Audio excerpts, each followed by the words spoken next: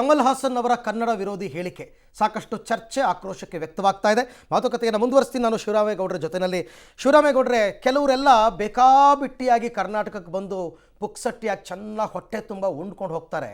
ಅಲ್ಲಿ ಹೋಗ್ಬಿಟ್ಟು ಕನ್ನಡದ ವಿರುದ್ಧವಾಗಿ ಮಾತನಾಡ್ತಾರೆ. ನಾವು ಕೂಡ ಅವತ್ತೊಂದು 2-3 ದಿನ ಹೋರಾಟ ಅಂತ ಮಾಡ್ತೀವಿ, ಆಮೇಲೆ ಸುಮ್ಮನಾಗ್ಬಿಡ್ತೀವಿ. ಕೆಲವೊಂದು ಸಂದರ್ಭದಲ್ಲಿ ಇದು ತಾರ್ಕಿಕ ಅಂತ್ಯಕ್ಕೆ ಹೋಗೋದೇ ಇಲ್ಲ. ಉದ್ದಟತನದಿಂದ ನಾನು ಕ್ಷಮೆನೇ ಕೇಳಲ್ಲ ಅಂತ ಅಂದ್ಬಿಟ್ರೆ ನಾವು ಇಲ್ಲಿ ಹೋರಾಟ ಮಾಡಿಕೊಂಡು ಟೈರ್ಗಳಿಗೆ ಬೆಂಕಿ ಹಚ್ಕೊಂಡು ಕೂತ್ಕೊಂಡ್ರೆ ಏನು ಪ್ರಯೋಜನ ಅಂತ ನನ್ನ ಪ್ರಶ್ನೆ. ಇಲ್ಲ, ಇದು ಸ್ವಾಭಿಮಾನದ ಪ್ರಶ್ನೆ. ಇಲ್ಲೇನಾಗಿದೆ ಗೊತ್ತಾ ಸರ್, ಇಲ್ಲಿ ಇಂಥ ಸಮಯದಲ್ಲಿ ಹೋರಾಟಗಳದ್ದು ಇದು ಕನ್ನಡಿಗರ ಹೋರಾಟ ಅಂತ ಭಾವಿಸ್ಬೇಕು.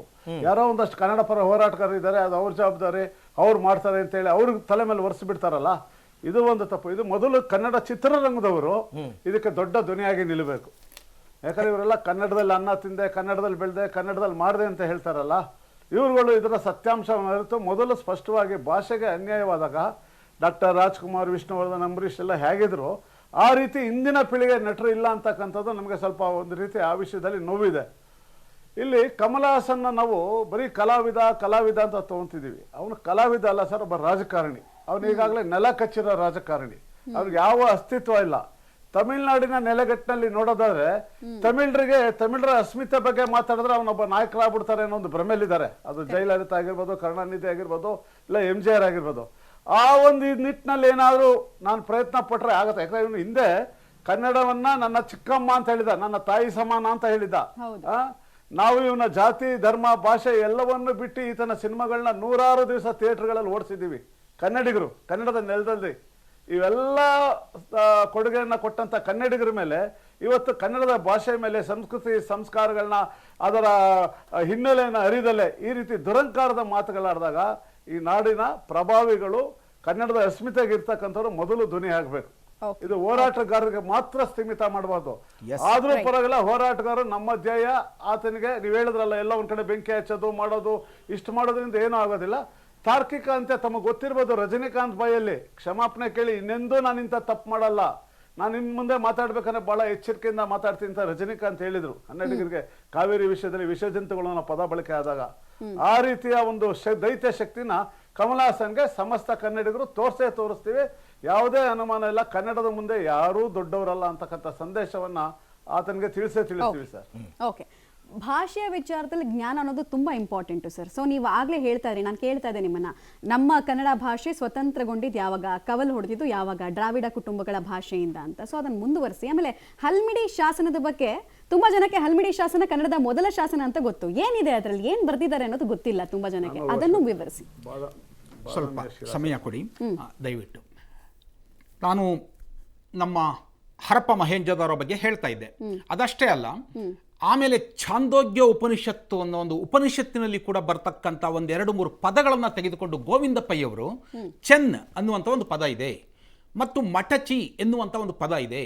ಅಂದರೆ ಕ್ರಿಸ್ತ ಪೂರ್ವದಲ್ಲಿಯೇ ರಚನೆಯಾದ ಛಾಂದೋಗ್ಯ ಉಪನಿಷತ್ತಿನಲ್ಲಿಯೇ ಚಂದ್ರ ಎಂಬ ಅರ್ಥ ಕೊಡುವ ಚೆನ್ ಎನ್ನುವ ಪದ, ಮಿಡತೆ ಎಂಬ ಅರ್ಥ ಕೊಡುವ ಮಠಚಿ ಎಂಬ ಪದ, ಇವುಗಳು ಕನ್ನಡ ಪದ ಅಂತ ಗುರುತಿಸಿದ ಗೋವಿಂದ ಪೈಯವರು ಕ್ರಿಸ್ತ ಪೂರ್ವ 2ನೇ ಶತಮಾನದಲ್ಲಿಯೇ ಕನ್ನಡ ಇದ್ದಿತು ಎಂಬುದಕ್ಕೆ ಅವರು ಪುರಾವೆಗಳನ್ನ ಕೊಡ್ತಾರೆ. ಈಗ ತಾವು ಕೇಳಿದಂತೆ ಹಲ್ಮಿಡಿ ಶಾಸನದ ಕಾಲ ಕ್ರಿಸ್ತ ಶಕ 5ನೇ ಶತಮಾನ. ನಮ್ಮಲ್ಲಿ ಬಹಳಷ್ಟು ಜನ ಕನ್ನಡದ ಪ್ರಾಚೀನ ಲಿಪಿ ಕಂಡುಬರುವ ಕನ್ನಡದ ಮೊದಲ ದಾಖಲೆ ಹಲ್ಮಿಡಿ ಶಾಸನ ಅಂತ ಒಪ್ಪಿಕೊಂಡಿದ್ದೇವೆ, ನಿಜ. ಆದರೆ ಅದು 5ನೇ ಶತಮಾನ. ಆದರೆ ಕ್ರಿಸ್ತ ಪೂರ್ವ 3ನೇ ಶತಮಾನದಲ್ಲಿ ಆಳ್ವಿಕೆ ಮಾಡುತ್ತಿದ್ದ ಅಶೋಕನ ಶಾಸನಗಳು ನಮ್ಮ ಕರ್ನಾಟಕದಲ್ಲಿ ದೊರೆತಿವೆ. ನಿಮಗೆಲ್ಲ ಗೊತ್ತಿರುವಂತೆ ಚಿತ್ರದುರ್ಗ ಜಿಲ್ಲೆಯ ಮೊಳಕಾಲ್ಮೂರು ತಾಲೂಕಿನ ಸಿದ್ದಾಪುರದಲ್ಲಿ ಸಿಕ್ಕಿರುವ ಬ್ರಹ್ಮಗಿರಿ ಶಾಸನದಲ್ಲಿ ಇಸಿಲಾ ಎನ್ನುವ ಒಂದು ಪದ ಇದೆ. ಕನ್ನಡದ ಮೊದಲ ಪದ ಎಂಬುದಾಗಿ ನಮ್ಮ ಸ್ಪರ್ಧಾತ್ಮಕ ಪರೀಕ್ಷಾರ್ಥಿಗಳಿಗೆ ಕೇಳ್ತಾ ಇರ್ತಾರೆ. ಇಸಿಲಾ ಕನ್ನಡದ ಮೊದಲ ಪದ. ಕೋಟೆಗಳಿಂದ ಆವೃತವಾದಂತಹ ಒಂದು ಸ್ಥಳವನ್ನ ಇಸಿಲಾ ಎಂದು ಕರೆಯುತ್ತಿದ್ದರು. ಸುವರ್ಣಗಿರಿ ಎನ್ನುವ ಪ್ರಾಂತ್ಯಕ್ಕೆ ರಾಜಧಾನಿಯಾಗಿತ್ತು. ಅಶೋಕನ ಒಂದು ಪ್ರಾಂತ್ಯ ಇದು ಎಂಬುದಾಗಿ ನಮ್ಮ DL ನರಸಿಂಹಾಚಾರ್ಯ ಎನ್ನುವಂತಹ ವಿದ್ವಾಂಸರು ತೋರಿಸಿಕೊಟ್ಟಿದ್ದಾರೆ. ಈಗ ತಾವು ಕೇಳಿದ್ರಿ, ಹಲ್ಮಿಡಿ ಶಾಸನ ಕನ್ನಡದ ಮೊದಲ ದಾಖಲೆ. ಹೌದು, ಕದಂಬರ ಕಾಲದಲ್ಲಿ ಆಳ್ವಿಕೆ ಮಾಡುತ್ತಿದ್ದ ಕಾಕುತ್ಸ್ಥವರ್ಮನು ಹಾಕಿದ ಶಾಸನ. ಇದು ನಮ್ಮ ಹಾಸನ ಜಿಲ್ಲೆಯ ಬೇಲೂರು ತಾಲೂಕಿನ ಹಲ್ಮಿಡಿ ಎಂಬ ಗ್ರಾಮದಲ್ಲಿ ಸಿಕ್ತು. ಇದು ಕನ್ನಡಿಗರಿಗೆ ತುಂಬಾ ಅಮೂಲ್ಯವಾದ ದಾಖಲೆ ಆದ್ದರಿಂದ ಈಗ ಇದನ್ನು ನಮ್ಮ ಬೆಂಗಳೂರಿನ ಸರ್ಕಾರಿ ಪ್ರಾಚ್ಯ ವಸ್ತು ಸಂಗ್ರಹಾಲಯದಲ್ಲಿ ಸಂಗ್ರಹಿಸಿ ಇಡಲಾಗಿದೆ.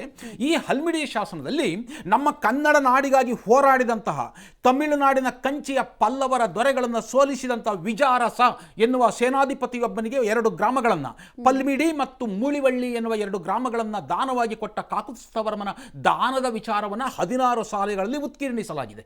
ಅಂದ್ರೆ ಅವತ್ತೂ ಕೂಡ ತಮಿಳುನಾಡಿನ ಕಡೆಯಿಂದ ದಾಳಿ ನಡೀತಾ ಇತ್ತು, ಇವತ್ತಿನದಲ್ಲ. ಇದು ನಮ್ಮ ಚಿದಾನಂದ ಮೂರ್ತಿ ಅವರು ಬರೀತಾರೆ, ಕನ್ನಡ ನಾಡು ಹುಟ್ಟಿದ್ದೇ ಸ್ವಾಭಿಮಾನ ಮತ್ತು ಸಾಮರಸ್ಯದಿಂದ, ಅದು ಬೆಳೀತಾ ಬರ್ತಾ ಇದೆ. ಆಲೂರು ವೆಂಕಟರಾಯರು ಬರೀತಾರೆ, ಕರ್ನಾಟಕ ಗತವೈಭವದಲ್ಲಿ ಇತಿಹಾಸವನ್ನು ಮರೆತಿದ್ದಾರೆ ಕನ್ನಡಿಗರು, ನೀವು ನಿಮ್ಮ ನಖಗಳನ್ನು ಬೆಳೆಸಿಕೊಳ್ಳಿ.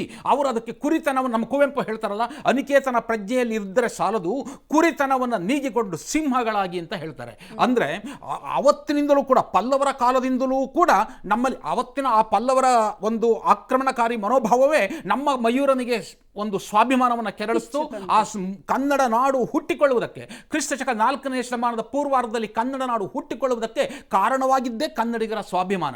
ಆ ಸ್ವಾಭಿಮಾನವನ್ನು ಮರೆತರೆ ಕನ್ನಡಿಗರು ಕಷ್ಟ ಆಗಿಬಿಡ್ತದೆ. ಕನ್ನಡದ ಅಸ್ಮಿತೆಯನ್ನು ಮರಿಬಾರದು ಅನ್ನೋದು ನನ್ನ ಒಂದು ಆಶೆ. Correct sir. ಬಟ್ ಒಂದೊಂದು ಸಂದರ್ಭದಲ್ಲಿ ನನಗೆ ಏನನ್ಸುತ್ತೆ ಅಂತಂದ್ರೆ, ಯಾರೋ ಒಬ್ಬ ತಿಳಿಗೇಡಿ ಮತಿಗೇಡಿ ಕನ್ನಡ ಭಾಷೆ ಬಗ್ಗೆ ಮಾತನಾಡ್ಬಿಟ್ರೆ ನಾವೆಲ್ಲ ಈ ವಿಚಾರವನ್ನು ಚರ್ಚೆ ಮಾಡಬೇಕಲ್ಲ ಅಂತ ಅನ್ಸುತ್ತೆ. ಯಾಕೆ ಅಂತಂದ್ರೆ ಕನ್ನಡ ಭಾಷೆಯ ವಿಚಾರಕ್ಕೆ ಸಂಬಂಧಪಟ್ಟಂತೆ ಪ್ರತಿಯೊಬ್ಬರಿಗೂ ಗೊತ್ತಿರ್ತಕ್ಕಂಥದ್ದೇ. ಆದರೆ ಕೆಲವರು ಮರ್ತಿದ್ದಾರೆ. ಆ ಮರ್ತಂಥವರಿಗೆ ನೆನಪಿಸುವಂತಹ ಕೆಲಸವನ್ನ ಭಾಷೆಯ ವಿಚಾರದಲ್ಲಿ ಅಟ್ಲೀಸ್ಟ್ ನಾವೀಗ ಮಾಡ್ಕೊಡ್ತಾ ಇದೀವಿ, ಬಿಕಾಸ್ ಆಫ್ ಕಮಲ್ ಹಾಸನ್ ಅಂತ ಅಂದ್ಬಿಟ್ಟು. ಅಟ್ಲೀಸ್ಟ್ ಅದು ಚರ್ಚೆ ಆಗಲಿ ಅಲ್ವಾ?